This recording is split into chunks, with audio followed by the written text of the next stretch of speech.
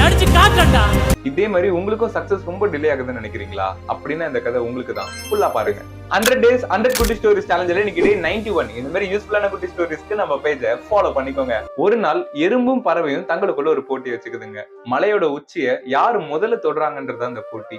பறவை எறும்ப பார்த்து ஏளனமா சிரிச்சுட்டு மலை உச்சியை நோக்கி வேகமா பறக்க ஆரம்பிக்குது. கொஞ்ச நேரத்திலேயே பறவை மலையோட உச்சிக்கு போயிடுச்சு. மேல இருக்கக்கூடிய பறவை கீழே இருக்கக்கூடிய எறும்பு தேடுது.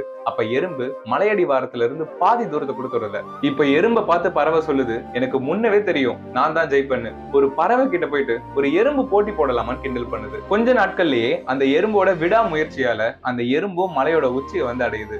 அந்த பக்கமா போன பறவை எறும்ப ஆச்சரியமா பாக்குது. அப்போ பறவையை பார்த்த அந்த எறும்பு, வெற்றி எல்லாருக்கும் பொதுவானது. சில பேருக்கு வேகமா கிடைக்கும், சில பேருக்கு தாமதமா தான் கிடைக்கும். விடாமுயற்சியும் தன்னம்பிக்கையும் நம்மளுக்குள்ள இருந்தா நம்ம வெற்றி அடையிறத யாராலையும் தடுக்க முடியாதுன்னு சொல்லிச்சான். இந்த ஸ்டோரி உங்க ஃப்ரெண்ட்ஸ்க்கும் ஷேர் பண்ணுங்க.